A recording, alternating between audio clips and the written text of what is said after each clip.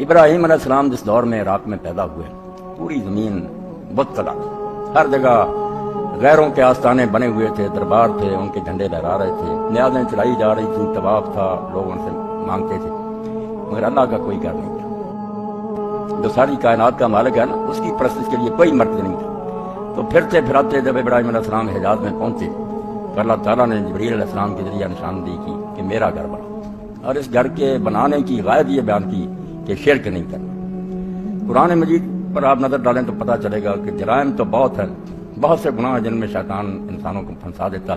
مگر اللہ نے جس جرم کو سب سے بڑا جرم کار ظلم عظیم کا وہ شرک ہے کہ اللہ کی بجائے دوسروں کی بندگی اور پرستش آدمی شروع کر دے، پیدا اللہ کرے، رزق کے سارے سامان وہ مہیا کرے، زندگی موت اس کے ہاتھ میں ہو، اور اس کو چھوڑ دے، وہ منہ دیکھتا ہی رہ جائے سب کچھ دینے کے باوجود، اور آدمی ان کی طرف رجوع کرے جو ایک ذرے کے مالک نہیں، انہوں نے نہ کچھ پیدا کیا نہ وہ کسی کو دے سکتے ہیں۔ اللہ کی اگر مرضی نہ ہو تو زمین و آسمان کی ساری مخلوق مل کر چاہے نا کہ یہ ذرہ اپنی جگہ تبدیل کر لے، سارے فرشتے نبی وہ جگہ نہیں تبدیل کر سکتے۔ اس کائنات پر اللہ تعالیٰ کا ہولڈ ہے، اس کے اذن اور حکم کے بغیر ایک پتا نہیں حرکت کر سکتا۔ اس لیے ایسے خدا کو نظر انداز کرنا اور ان لوگوں سے مانگنا جو بالکل ضعف الطالب والمطلوب، مانگنے والے بھی بے بس اور جن سے مانگ رہے ہیں وہ بھی لاچار اور بے بس، تو اللہ کو یہ سخت ناراض کرنے والی بات۔ اسی لیے قرآن مجید نے فرمایا کہ انہ من یشرک باللہ فقد حرم اللہ علیہ الجنہ، جو اللہ کے ساتھ شرک کرتا ہے اس کے لیے تو اللہ نے جنت حرام کر دی، کبھی نہیں اس کو داخلہ دوں گا۔ اور مجھ میں کیا خامی تو نے دیکھی بدبخت، کون سی کمی تھی میرے دربار میں اور آستانے میں، مجھے چھوڑ کر تو غیروں کی طرف گیا، اور ان کے پاس تھا کیا؟ وہ کیا دیں گے جب تک میں نہ چاہوں گا؟ وما للظالمین من انصار، یہ شرک کرنے والے ظالم جو ان کا کوئی حمایتی نہیں ہو، جن کی مدد پر انہیں بھروسہ ہے نا،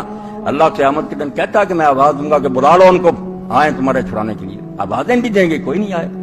اس وقت سب گم ہو جائے گا، پھر کہیں گے اللہ وہ تو ہم سے چلو انا، اب تو وہ ملتے ہی نہیں۔ اللہ فرماتا حقیقت تو یہی تھی، ملنا انہوں نے کیا، کس کی مجال ہے میرے سامنے دم مارے، مگر وہاں تم حماقت کرتے رہے۔ تو اللہ رب العالمین نے دنیا میں اپنا بھی ایک آستانہ دربار بنا دیا کہ جو میرے ماننے والے ہیں نا، جو صرف اللہ کی بندی ہے، وہ مکہ ہے، یہ کہہ رہا ہے اس کو یہاں آ کر طواف کریں، اپنی نظریں چڑھائیں، مدد مانگیں، یہاں لپٹیں، سجدے کریں، جو ان کے دل میں ہے نا، کبھی اے حقیقت منصدر نظر آ لباس مجاز میں کہ ہزاروں سجدے تڑپ رہے ہیں میری زمین نے۔ جب تم ترستے ہو کہ خدا اگر نظر آتا تو ہم یہ کرتے، بس وہ نہیں نظر آئے گا، بیت کیا، میں نے کہہ دیا یہ میرا گھر ہے، یہ کسی بندے کا گھر نہیں، نہ یہاں کوئی دفن ہے نہ کسی کی قبر ہے، میرا ہے، یہاں آ کر شوق پورا کر۔ اس لیے وہاں ایک پتھر ہے، اللہ کے کہنے سے ہم اس پتھر کو چومتے ہیں۔ ایک جگہ ہے بیت اللہ کے دروازے کے اور حجر اسود کے کونے کے درمیان وہ مقام ہے کہ یہاں چمٹ جاؤ، ایک جگہ چھوڑی ہوئی حتیم کہ یہاں سجدے کر لو، یہ ایسے ہی جیسے تم میرے گھر کے اندر چلے گئے، یعنی کہا جتنے بھی شوق ہے نا عبادت اور بندگی کے وہ یہاں پورے کرو، اور کوئی جگہ نہیں جہاں تم جاؤ۔ مگر ابلیس نے انسانوں کو جن گمراہیوں میں مبتلا کیا، ان میں سے دو فتنے جو ہے نا بہت بڑے فتنے، ایک شرک کا کوئی چھوٹا جا نہیں مفہوم کہ ہم سمجھیں کہ صرف کسی قبر کو سجدہ کر دیا، یہی شرک نہیں۔ شرک اللہ تعالیٰ کے اختیارات دو قسم کے ہیں، اختصار سے بات جو ہے نا وہ آپ کے سامنے عرض کروں۔ ایک تو اللہ تعالیٰ کے تکوینی اختیارات، جہان کو چلا رہا ہے جس کو ہم تقدیر کہتے ہیں، کسی کو نفع پہنچا رہا ہے، کوئی بیچارہ نقصان میں آ رہا ہے، کسی کو تندرستی دے رہا ہے، کوئی بیماریوں کے ذریعے آزمایا جا رہا ہے، یہ تکوین ہے، کون فیکون ہو رہا ہے۔ اس ارادے کی تو کوئی مزاحمت ہی نہیں کر سکتا، وہ کہتا ہو جاتا، اس میں کوئی ارنگا نہیں اڑا سکتا، وہی ہوگا جو اللہ چاہے۔ مگر کچھ دوسرے ہیں اللہ تعالیٰ کے اختیار، تشریع، قانون سازی کہ لوگوں یہ کرو نہ کرو، اس میں انسانوں کو بھی امتحان کے لیے آزادی ملی ہے کہ اس کو ماننا چاہے مانے، نہیں ماننا چاہے نہ مانے۔ اللہ کہتا ہے کہ نمازیں پڑھو، چاہتا ہے کہ یہ پڑھے، مگر نہ پڑھنا چاہے تو اس ارادے کی آدمی مخالفت کر سکتا، یہ اس طرح کا حکم نہیں تقدیر جائے والا کہ ہو ہی، یہ اس پر چھوڑا گیا کہ کرنا چاہیے تجھے، نہیں کرے گا جہنم میں جائے گا۔ تو اب لوگ ایسا کرتے ہیں کہ تکوینی طور پر بھی دیوتاؤں کو، فرشتوں کو، اولیاء کو، زندوں مردوں کو سمجھ لیتے ہیں کہ وہ کون فیکون کے اختیارات بھی نہیں ملتے۔ اچھے بڑے لوگ کہتے ہیں احد سے احمد اور احمد سے تجھ کو حاصل ہے سب کون مکون یا غوث، اللہ نے حضور کو دے دیے، حضور سے ہوتے ہوئے غوث اعظم آپ کو مل گئے، کرے نہ کرے ساری خدائی اب آپ کے ہاتھ میں ہے۔ یہ وہ شرک ہے جس کی وجہ سے انسان غلام بن جاتا ہے۔ غلامی کی یہ بھی بدترین قسم ہے کہ ظالم حاکموں کے خلاف تو شاید یہ کبھی نفرت کا کلمہ کہتے ہیں یا دل میں برا جانا، مگر جنہیں یہ سمجھ لیتا نا کہ یہ میری قسمت کے مارے، انہیں تو میرے اندر کے جو راز ہے ان کا پتہ، دل کی باتیں کانپتا رہتا بیچارہ کہ کوئی ایسی بات نہ نکل جائے تباہ ہو جائے۔ اور اب ایکسپلائٹیشن دیکھیں کہ وہ اولیاء اور انبیاء جن کے نام پر یہ کاروبار ہوتا ہے ان کا کوئی دخل، نہ وہ راضی نہ انہیں لوگوں کو پتا۔ اللہ نے اس کو شرک کو مکر کہا کہ یہ ایک فراڈ ہے جو کچھ ہوشیار لوگ کرتے ہیں کاروبار چمکانے کے، کیا دیتے ہیں کہ یہ بزرگ جو یہاں دفن ہے بس یہ اس رنگ کی جو بھینسیں ہیں اس کو یوں بدل دیتے ہیں، چوروں کو کتب بنا دیتے ہیں، سچی جھوٹی جو کرامات ہیں ان کا پروپیگنڈا کرتے ہیں۔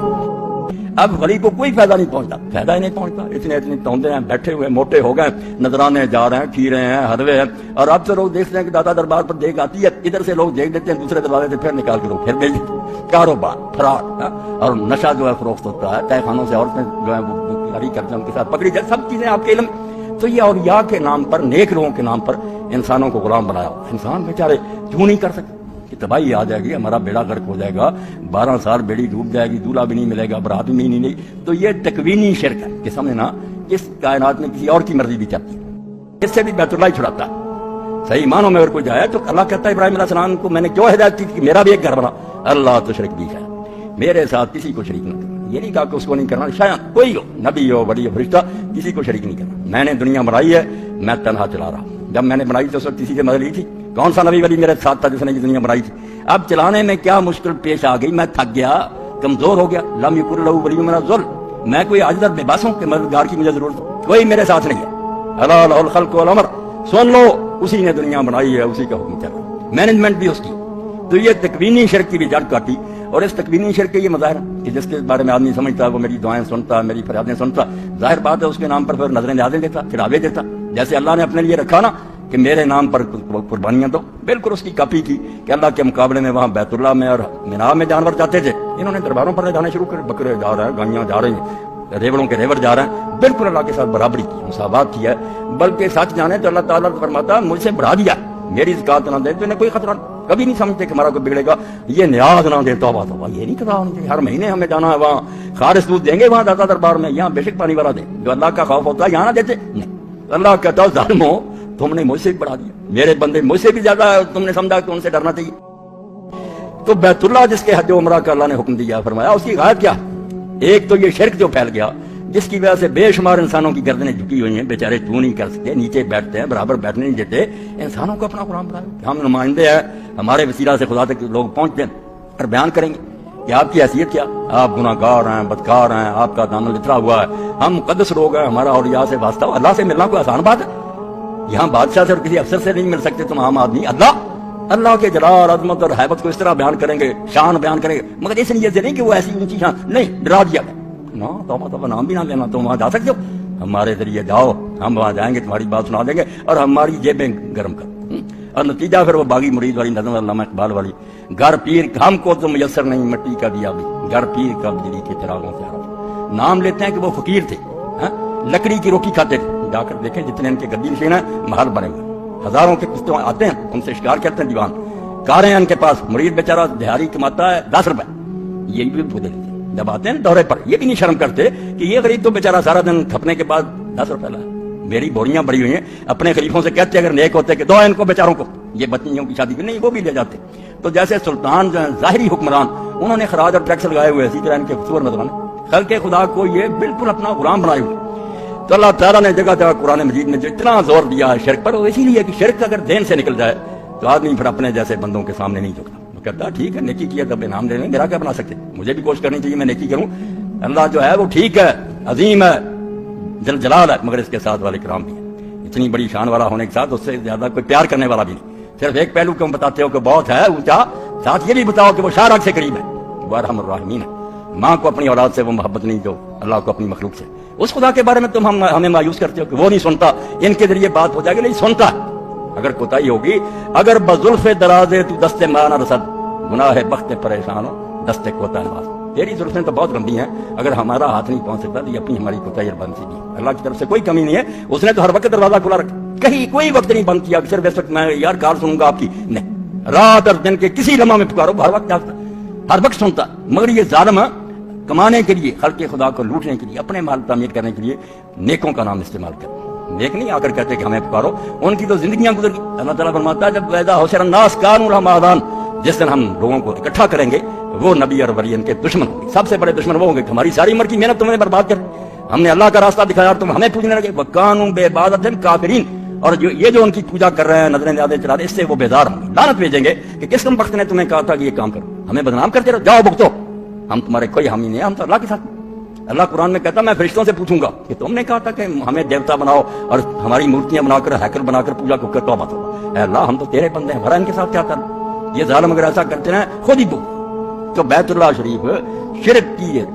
جڑ کاٹنے کے لیے بنایا گیا کہ لوگوں کے آستانے بہت ہیں، ایک اللہ کا بھی دربار ہونا چاہیے جہاں صرف وہ آئیں جو صرف یہ مانتے ہیں کہ اللہ ہی سب کچھ دیتا۔ تو شرک تکوینی سے نجات ہو جاتے ہیں، پیروں اور درویشوں سے جان چھوٹ جاتی ہے۔ مگر یہ تشریعی شرک جو کہ قانون سازی کے اختیار بھی بندوں نے سنبھالی ہیں، کچھ حکومت کے تخت پر بیٹھ جاتے ہیں، وہ اپنے آرڈیننس جاری کرتے ہیں، بندہ ہوتے ہوئے اللہ سے نہیں پوچھتے کہ ہم بھی تیرے غلام ہیں، یہ ریت بھی تیری غلام، تو کیا کہتا؟ نہیں، اپنی مرضی کے احکام دیتے، اور اپنی مرضی کے احکام میں سے کبھی امن نہیں قائم ہو سکتا۔